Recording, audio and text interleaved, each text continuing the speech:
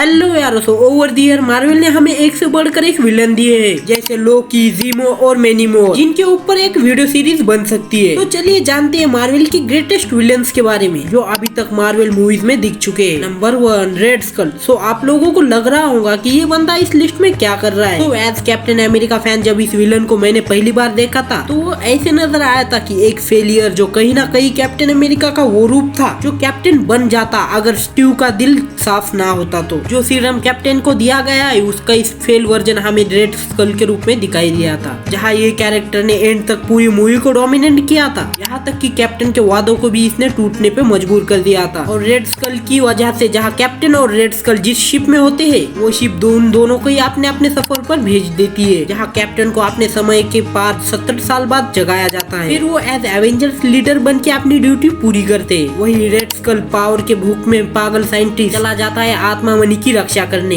No doubt red school का character arc बहुत ही बढ़िया था एमसीयू के अंदर। नंबर 2, हेला। सो ओडिन की पहली संतान, जिसके साथ मिलकर ओडिन ने पूरे नौरियान पर कब्जा किया था। एक वक्त के बाद ओडिन को भी ये सब नहीं चाहिए था, तो ओडिन ने अमन के रास्ते को चुना, लेकिन हेला इससे खुश नहीं थी, जिस वजह से ओडिन हेला को कैप्चर कर देते हैं। जहाँ हेला आजाद होती है थॉर रैग्नारॉक में ओडिन की डेथ के बाद। और हेला का इंट्रोडक्शन भी बहुत ही बैडएस तरीके में कराया जाता है, जहाँ हेला आते ही थॉर के हथौड़े को तोड़ देती है, फिर एसगार्ड पर भी अपना कब्जा करती है और आखिर तक भी हेला थॉर के हाथों से नहीं हारती। यही काफी है हेला का भौकाल दिखाने के लिए कि हेला क्या कर सकती है। लेकिन हेला को आखिर में इस मॉन्स्टर के हाथों से मारा जाता है और इसकी कीमत भी कोई छोटी नहीं होती है, इसकी कीमत होती है पूरे एसगार्ड की तबाही। इस वजह से Hela one of the greatest villain में काउंट होती है, no doubt. Number 3, Obadiah Stane, Iron Man movie का पहला विलन। तो ये वो ओजी विलन है जो हमें एमसीयू की फर्स्ट मूवी में नजर आया था। इस बंदे के कमीनेपन को देखकर तो गिरगिट भी शर्मा जाए, जहाँ ये टोनी के बिजनेस में पार्टनर होता है जो टोनी को मारकर उसकी प्रॉपर्टी चाहता था। और इस बंदे ने टोनी के मार्क 1 सूट को भी अपग्रेड करके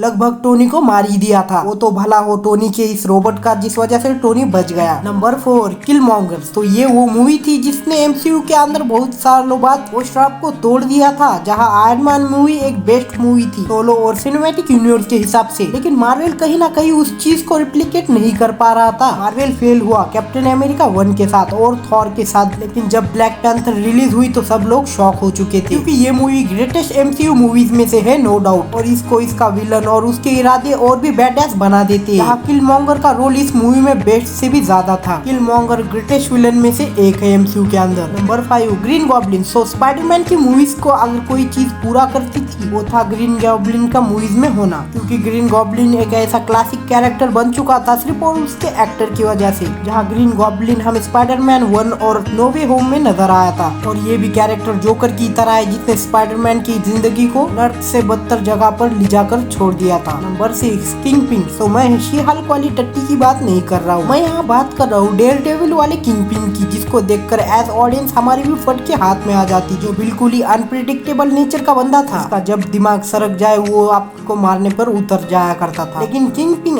एक अपना भौकाल रखने वाले कैरेक्टर में से एक है और यही चीज उसे स्पेशल बनाती है। Number 7, Thanos. तो मार्वल का वो विलन जिसको मार्वल ने पूरे 10 साल लगाकर इंट्रोड्यूस किया, वो विलन जिसने एवेंजर्स को लाखों करोड़ बार हराया लेकिन सिर्फ एक पॉसिबिलिटी में हार गया, वहाँ भी अपने one of the strongest Avengers को अपनी जान देनी पड़ी। Thanos no doubt greatest villain में से एक है जो आती ही फैन फेवरेट बन गया सिर्फ अपने 2 ही मूवीज से। के आगे भी थैनोस का रिटर्न हो सकता है मल्टीवर्स में, लेकिन देखते हैं थैनोस का फ्यूचर क्या होता है मार्वल के अंदर। तो ये तो थी मेरी लिस्ट एमसीयू के विलन्स के ऊपर। वीडियो अच्छी लगी हो तो कमेंट कर देना, शुक्रिया। चाहे तो बाजू वाली वीडियो दबा के देख लेना। मैं मिलता हूँ आपसे अगली किसी वीडियो में, तब तक के लिए बाय।